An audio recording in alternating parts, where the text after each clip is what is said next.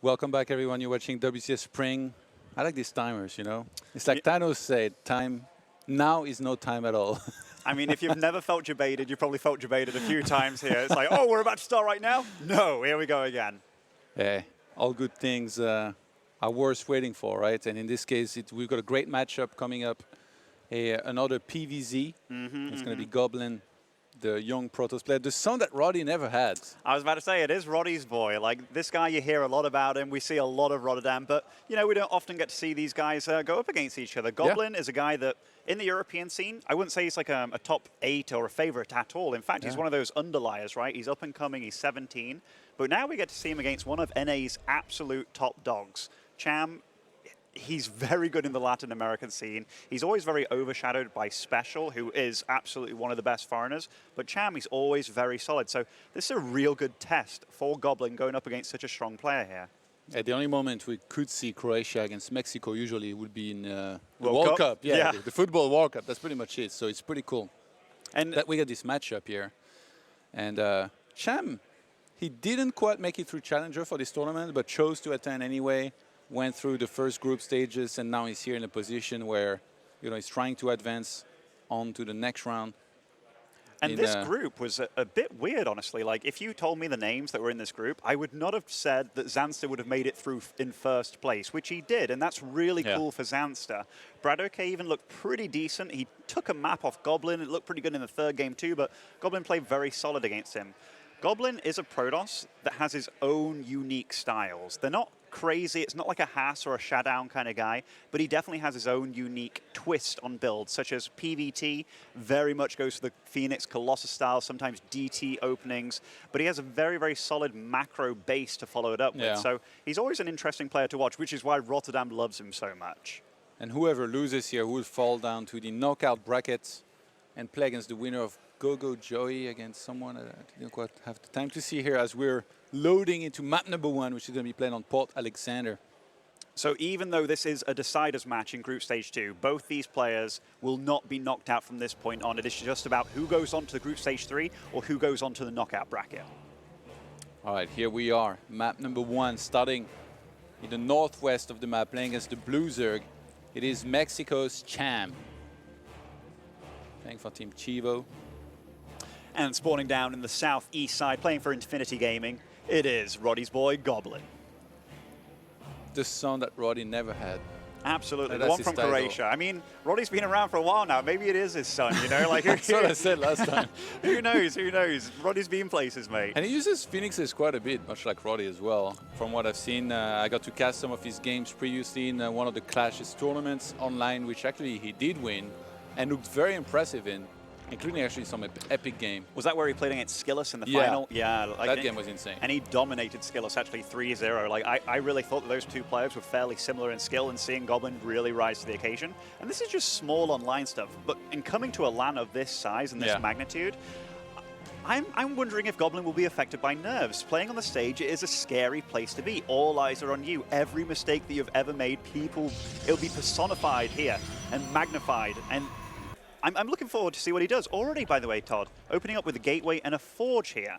Something a tad unusual. Yeah, looking to try and cannon that second base here in a second. I don't know if Cham will be ready. He's checking with the drone. Okay, so he spots the pylon. Let's see how many drones he sends down here in a second. Goblin, he's going to want to look to try and wall off completely here as to not let any drones in. And it feels like the Zerg player has already kind of been caught off guard, because even though he saw it, if you let these completely wall off just like it is now, the cannons are going to be going up no matter what. No, it really comes down to Goblin overcommitting or not, but it feels like that second base is pretty much dead almost all the time from there. Oh, and waited until the absolute last possible moment there to cancel that hatchery. Now, what is Cham's reaction going to be? He's already using a lot of his minerals on something, so another hatchery goes down at the third spot. So this is not the first time that Cham's gone up against this sort of stuff. Goblin also cancels the second cannon. I think that was a very smart move by him not to overcommit. But right now, I'd say Goblin's in a decent position. Like, this is kind of how you wanted the game to go. Or you wanted the Zerg to completely overreact, use too many drones trying to kill that wall and just end up in a dead spot. But Cham, he's too good to throw away a game like that. Keep in mind, the Nexus was delayed a lot. Goblin was lacking minerals because he went for the gas, the Cyber Core, and In canceling that second cannon, he actually got a little bit of minerals back, which allowed him to start his Nexus. So I think that was important to do that. You don't need 2 cannons at that location anyway. Some Lings are going to sneak by here. One of them do die. And we have the Stargate follow-up here. I love this Stargate follow-up. We look on the minimap at how far spaced out these bases are between our Zerg player, or for our Zerg player even. Having a Phoenix pick up drones between those bases could be incredibly annoying. Even getting the Overlord pick off here, so that Overlord stuck around for a little bit too long there. And right now, it definitely looks like Goblin has a little bit of an advantage here. Cham, will he be able to get the scout off though? That would be very pivotal in this game. Ooh, he's sending drones. Oof. 1-8 points. That's why usually you don't want to have the probe there to deliver the killing blow. But yeah, that one queen cleaning up the cannons there. So you talked about Phoenixes, but Oracles also an option. But in this case, it's a Void Ray to clear out the Overlord that's around here from Goblin. That's very unusual, like going for a Void Ray. I know a lot of people opt for like the Oracle into like Phoenix follow-up afterwards, lifting up a queen and such, but this, very, very unusual by Goblin. This is almost as if I'm watching a Strayer or something, you know? You were thinking Phoenixes, I was thinking Oracles. Goblin is like, shut it, boys. I tell you. It's all you, about those Void Rays. He was like, I'm going to show you that these casters know nothing about my style. And here he's already showing us something very unusual. Like, do you need Spore Crawlers for this? I don't know what he's going to plan to do with the Void Ray as a follow-up. Is it going to be a single Void Ray only? Second Stargate. So we are seeing something really, really out there from Goblin here. Roddy would be loving this. Yeah, Goblin is definitely one of those guys that has his own style as well. There's a lot of like personal traits in some of the things he does. He's going to start a second Void Ray. Bit of a supply block though, so that is kind of what can happen to you on a stage when you're a little bit nervous, you know, and you're pulling out something kind of strange here. More Void Rays. And he's also getting Warp Gate, and +1 will be started here. So this is definitely a huge, huge, huge committal to Air Toss. And he really is the son Roddy never had, really. The thing is, though, +1 air, not many people do this. For Cham, he's been droning up pretty well. Like, he doesn't realistically have that much to fear. Like, if he knew that it was double Stargate, he'd just be holding down the drone key. There is one thing that I've always noticed about Cham's style, and this applies to a lot of his matchups. He always makes a lot of early defensive units because he has such a good late game, such good macro here. What are these Roaches really going to achieve against an Air Toss, actually? Like, I don't think he even has any ground units. So this is kind of a... You know, you blindly do this because it works in like 90% of situations, but this really feels like that one situation that is probably not the best move. And now 2 Void Rays are flying across the map. So I think when you go for a build like this, usually the plan is you kill a bunch of the Overlords around your base, and then the opponent cannot really scout you, and then you fly in with the Void Rays and try to do as much damage as you can. But in this case, he went back into Phoenixes. Here did Goblin. So it looks like he's not just purely massing Void Rays for now. He did go for Warp Gate, by the way. A lot of people, when they go for this kind of build, they skip on Warp Gate. Now all the air units are being spotted, and Cham surely knows that it's a double Stargate play.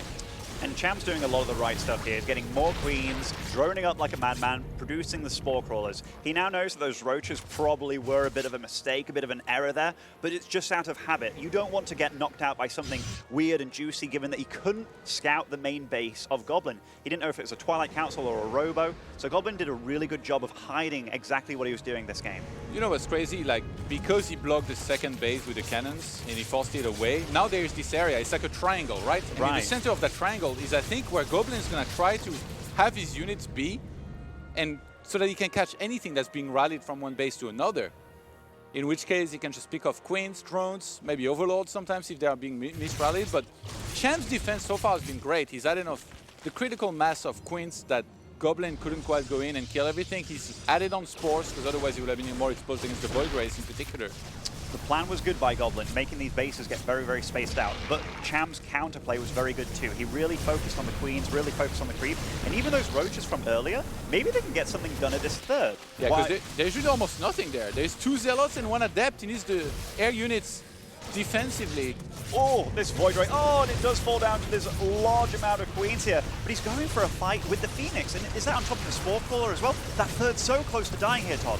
Yeah, I think he might be able to get it. No! The Void Ray, the Void Ray. Is it going to fall to the Spore Crawler? Yes, it does. An immaculate defense by Cham, honestly. He only lost a few queens, but this Phoenix count, it is getting scary at this point in time. And he really wants to get some counter damage done here.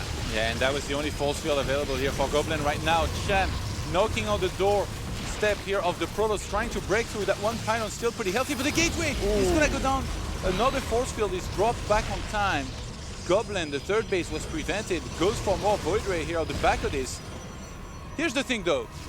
Cham might have been able to trade well here, defend or like prevent the third base from going down, but only now is he starting a lair. And when there's this many Phoenixes, even sometimes if you have 2 spores, they can still fly in there and do a lot of damage. And not only that, they're banking up a lot of energy right now. Ooh, oh my god. This is the jackpot right there. Yeah, if he can get those Overlords, that'd be really tasty. Although, if I look at Cham's overall supply, it doesn't seem like he even needs them. Those are some of the laser Overlords, and even making 2 more here, too. He has so much gas, actually. He could just go Infestors when he reaches Lair instead of Hydralisks, and then just play with the Queens as well. Oh, this supply is getting silly, though, Todd. 80 out of 170 here.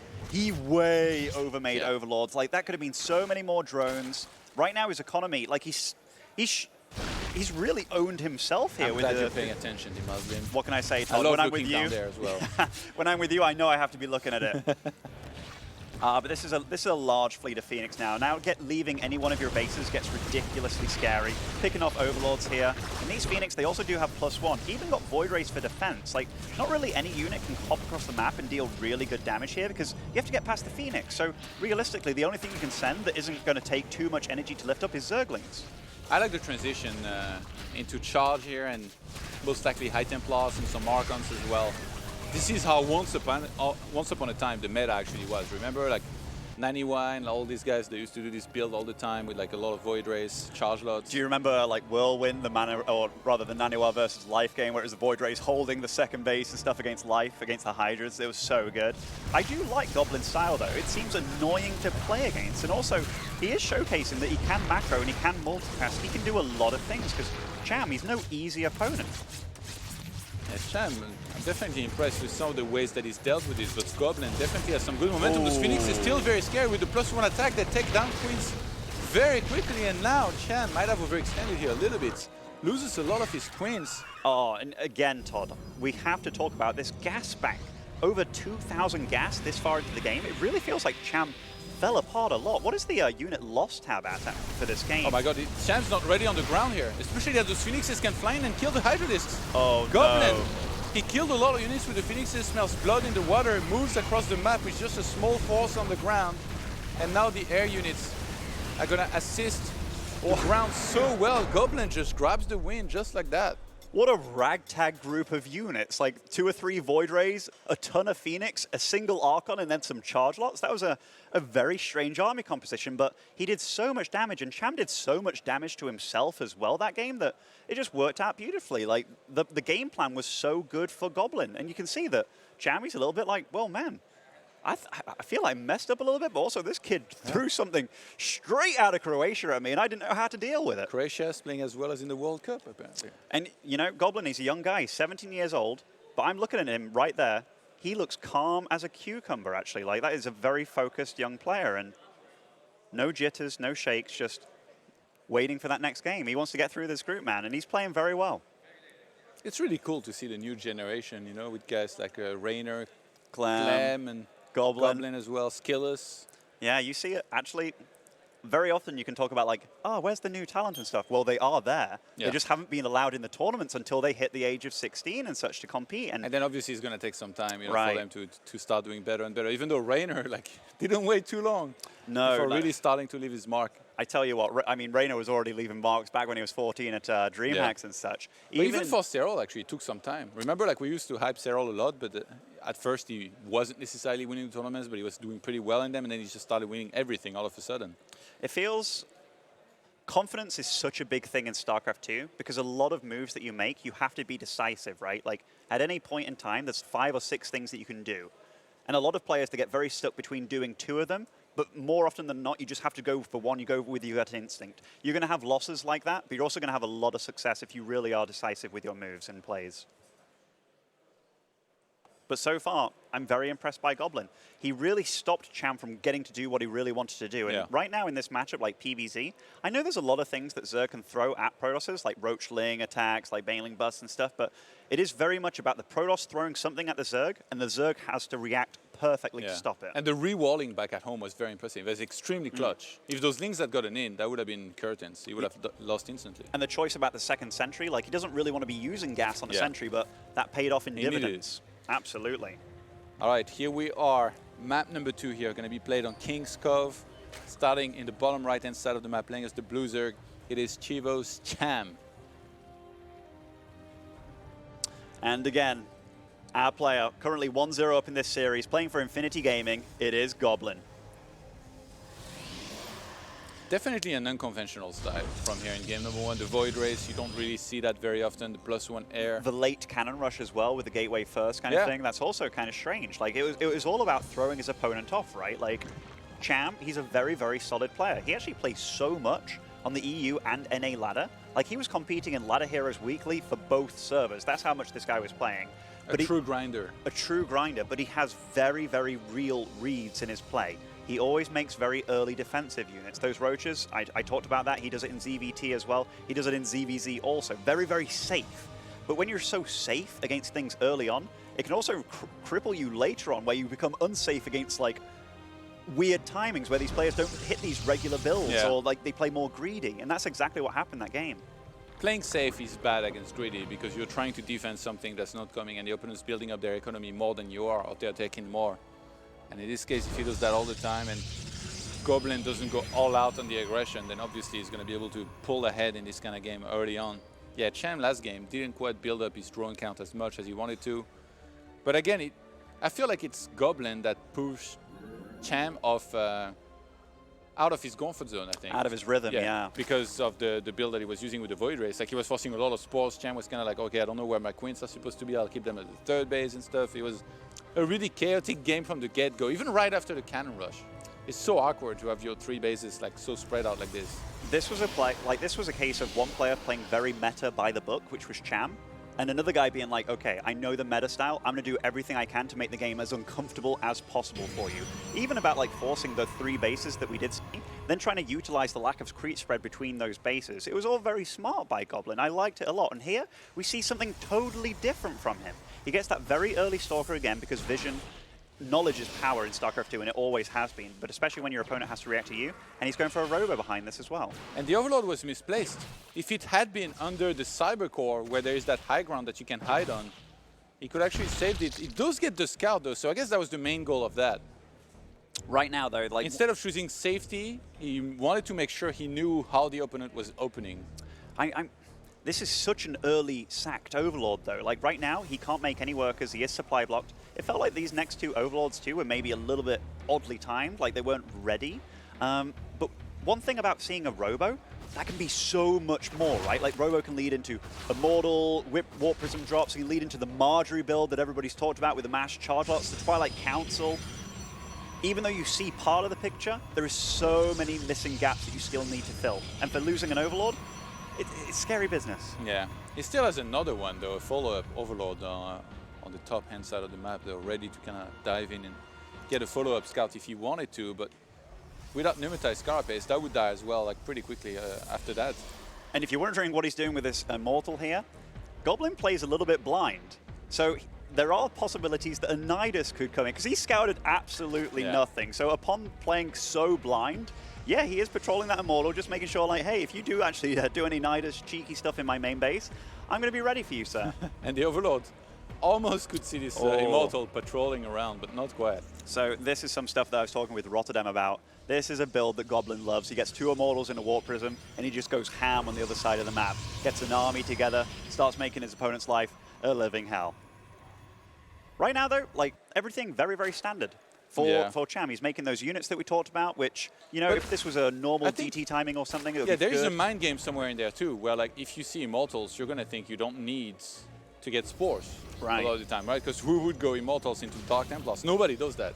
No. Apparently, besides Goblin. Oh, he did get a little luck at this Warp Prism, though. So using these Zerglings, being a little bit aggressive, but did get some vision there of this Warp Prism. Look at this Zergling spread, by the way. It's really nice by Cham. Like, he knows exactly what's coming this time. Although he doesn't necessarily know what's in this Warp Prism, because very often you think, like, it could be 4 DTs or 2 Archons, given that it's hitting a little bit later. But the 2 Immortals, he is making enough Queens to deal with, enough Lings to deal with this, so for sure. Yeah, and Cham did let these spores complete here. He's got one in the second base and in the third base, and now he's grabbing one in the main base. So even besides seeing the immortals, he knows that there is additional danger on top of that. So I guess good for him, because otherwise Dark Templars could have been really scary. And in this case, Goblin is going to try to actually sneak through. Yeah, this is what I was talking about. I think a lot of Zergs, they would see immortals, they'd be like, all right, I don't need spores, I need units on the ground. And if you skip spores, then your hatchery would die. But in this case, he's even ready with links on the natural. Yeah, solid defense by Cham so far. Getting some link kills though, but doesn't want to commit. He was hoping to catch Cham totally off guard or overcommitting at that third base entirely. But Cham, very solid defense so far. It's almost as if Cham is a professional player here or something, Tom, because he's doing everything right. Really nicely done. Behind this, we've got Charge on the way here for Goblin, who's grabbing yet another immortal. It's going to be his third one here on the way. I tell you what though, it's still very scary fighting against this army. These DTs, they do one-shot the Lings, and that Spore, if that Spore goes down, there is nothing to detect these DTs anymore. Yeah, oh my gosh, there's so much damage. Roaches are just not there. The hatchery is going to fall so fast. Goblin's reinforcing straight into the fight. Charge is not finished yet, but it's well on the way now, at about 80%. Oh, I love how Goblin's doing this too. He's making Cham's life so difficult here. This is a 17-year-old boy all the way from Croatia coming here and showing a veteran like Cham how it's done. And really, honestly, great play by Goblin. That worked out way better than I thought it would. And honestly, it took just one moment there for Cham to kind of overextend, fight a little bit away from the Spore. But this was such a strong army. So much damage being done by Goblin. Goblin's playing insane. He's never overcommitting or anything. Even the DTs at the natural, you know, a lot of players, they would be like, all right, you just got links, I'll just go in, kill them, but maybe trade it with the DTs. Now he was like, okay, I'll just kill a little bit, pull back, keep them alive, then re-attacks the third base. Cham not quite ready. And behind this, it's not like he's not macroing. He's making probes, 61 walkers to 62 now. He's been making immortals continuously. He's got 2 more now added on gateways, and I feel like a follow-up attack here after you kill a hatchery like that and Zerg is missing all those injects for such a long time. He's gonna do great. I like that you bring that up, that he's macroing behind this, because often you can find that these players that are a little bit off style, you know, a little bit crazy around the edges, they often fall apart in a lot of other ways. But here, Goblin's doing a lot of stuff really well behind this as well. Like the macro is really good. The double Stargate, is that as if he's assuming that it's possibly Mutas here, given that he hasn't been able to scout everything behind? But Cham, he's going for the kill with this move here. And if this Observer in the top right can somehow sneak in here and get vision of that, he'd be in such a good spot. I don't know if Goblin's worried about Mutas or if he's just flexing on Cham at this point with that double Stargate. I mean, when you're a young guy, you can often feel like you can get away with showboating a little bit, but he has to respect this army. Right now, this hallucination isn't getting the scout that it needs. He doesn't know about the Nidus, but his army's still very, very strong. Like, there's no doubt about it. Goblin's in the driver's seat, but that Nidus is going for the main base now. Yeah, Cham is going to have to find some damage here in a second if he wants to be able to do anything here in this game. Because right now, it's the Croatian Protoss with a nice walking lead here. Roaches are going to start to go out inside of the main base. Is he going to recall? Or is he just counter-attacking? Oh my gosh, I mean, he's making this all or nothing at this point. I felt, maybe, is there an Overseer there to warp in? I mean, rather, is there an Overseer to see the DTs? No. No, so that's his cleanup card here. So that will be able to deal with that slowly. Touching the corrosive bias here very nicely. Let's see if Cham is enough. He's got a lot of roaches. He would like to be able to kite, but I think Goblin will not allow that here with force fields. He jumps on top of this army here. Oh, nice cleanup of the force fields by Cham, but there is so much still being warped in here. 11 drones falling, and this army, those Immortals going so ham on the back line. They are not falling anytime soon. These Immortals, though, getting weak. Oh, picks up some Immortals here just to keep them alive, but they're actually full health, so maybe a little bit of a misclick there, but still, there is not enough Cham here. There are so many Immortals still left over, and Goblin, he's still got money in the bank. He's got money for days with this one. Cham, wounded at this point, a final warping by the looks of it. These Ravagers doing everything they can, trying to get that warp prism, but no, he still lives. Yeah, these Immortals starting to die left and right here. There's only going to be 3 left over. Goblin kills the third base and then evacuates, and at this point, it's kind of been reset, you know, the situation from earlier where he kills the third base, he's still on 3 bases, but now Cham with so little forces, less army supply, less walker. Look at it, the Muslim. It's pretty darn good for Goblin at this point, Todd. It definitely is. And, you know, Goblin played a really good game. It looked like Cham's defense was pretty damn solid. Like, he had Spore Crawlers in the right places, Zerglings in the right places, but all it took was for one chink in the armor, and Goblin just went for it and started nailing his third. And right now, Goblin, he's looking for the kill at this point. Cham doing everything he can to try and get damage done, to try and keep alive in this game, but Goblin, he's not letting up anytime soon. The Warp Prism again, warping in a huge amount of Zealots here. Yeah, and Goblin's going to go for the killing blow here. Cham taps out, and Goblin with a 2-0 swift victory here, always in control. Very good attacks, never really overextended, and a very solid win here from there. Yeah, and I mean, two very unusual playstyles by Goblin. The second a bit less unusual, but doing the Immortal drop was it was a nice follow-up with the DTs and the very quick charge as well while taking the third. Like, it wasn't all in by any means. It definitely had a follow-up to it, which is always nice to see. Like, it's just the first step of it went so darn well for him that from that point on, he could practically do anything in that kind of game. His build was very crisp, for sure here, good execution. Let's not wait any longer here. Let's go and hear from a Victor who's on stage with Smix. Thank you very much, Todd. Congratulations, Goblin. Not only was this your first official match on a big stage like this at a WCS event, you also are moving forward to the group stage 3. So all in all, you must be feeling pretty great right now. Yeah, it feels great, especially because I wasn't really confident I was going to beat Cham, because PvZ is not in the greatest shape right now for me. So, yeah. And yet it still was such a solid series for you. I want to ask about map number 1, because as we were watching, some of the analysts were confused when you initially went for the 2 Void Rays. So talk to us about why you decided to do that. So I thought maybe if the Zerg makes a mistake and doesn't have enough queens, I can just kill a base straight up, like his third hatch was almost dead. So that's kind of what I wanted to do with the 2 Voiders. And I wasn't sure if he's gonna all-in me, because sometimes they can make 3 hatches and then still all-in behind it, so they're pretty much for safety. That's it. But now, I know you just said that you're not feeling too great about your PvZ, but you still took down Cham, and now moving in towards the group stage 3, there are potentially a lot of strong Zerg players there. So are you worried about that at all, or are you just going to take it game by game? Yeah, I'm kind of worried. I'm not looking forward to it. But any particular goal that you have, or? Getting in the money would be pretty nice. The money is always important indeed. Well, we'll see how it goes. Maybe you can avoid some until later on. But for now, congratulations once again on making it to group stage 3. Colaris, back to you.